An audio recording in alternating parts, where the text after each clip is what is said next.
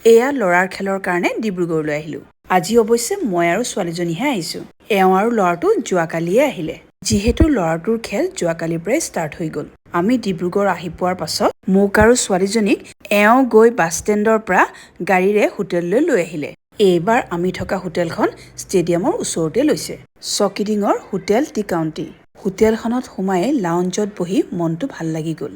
বৰ ধুনীয়া আৰু পৰিপাটি। ইতিমধ্যে এওঁ গাড়ী পাৰ্ক কৰি আমাৰ লাগেজটো লৈ অহাত আমি আটাইকেইটাই থাৰ্ড ফ্ল'ৰত থকা আমাৰ ৰুমটোলৈ লিফ্টেৰে উঠি গ'লোঁ। হোটেলখনৰ ভিতৰৰ সকলোখিনি জেগাই কিন্তু চাফ চিকুণ আৰু পৰিপাটিকৈ সজোৱা।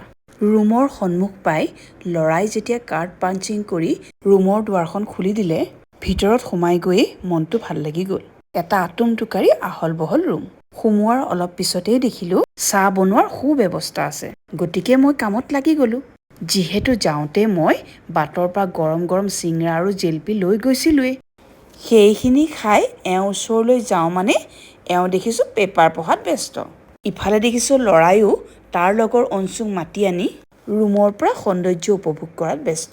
এটা সময়ত আটাইকেইটাই ৰেডি হৈ ষ্টেডিয়ামলৈ যাবলৈ বুলি ওলাই গ'লোঁ।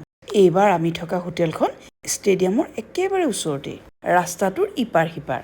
ষ্টেডিয়াম গৈ পাই দেখিলোঁ খেলবোৰ চলি আছে। আমাৰ ল'ৰাটোৰ খেল অলপ দেৰিকৈ হ'ব বুলি গম পাই প্ৰথমতে লাঞ্চ কৰি লোৱাটোৱেই ভাল হ'ব বুলি ভাবি লাঞ্চ কৰি ল'লোঁ। নহ'লে খেল চলি থকাৰ মাজত টেনচনৰ কোবত ভাত খোৱা সময়ে পাৰ হৈ যায়। দিনটো খেলৰ ব্যস্ততাৰ মাজত মজি থাকি সন্ধিয়া যেতিয়া ৰিলেক্স মুডত হোটেললৈ ঘূৰি আহিলোঁ, হোটেলৰ পৰিৱেশটোৱে মনটো একেবাৰে শান্ত কৰি পেলালে। দিনটো যিহে গৰমৰ মাজত ষ্টেডিয়ামত পাৰ কৰিলোঁ, এতিয়া হোটেলৰ ৰুমৰ ভিতৰত সোমাইহে কিবা যেন শান্তশিষ্ট পৰিৱেশ এটা পাইছোঁ।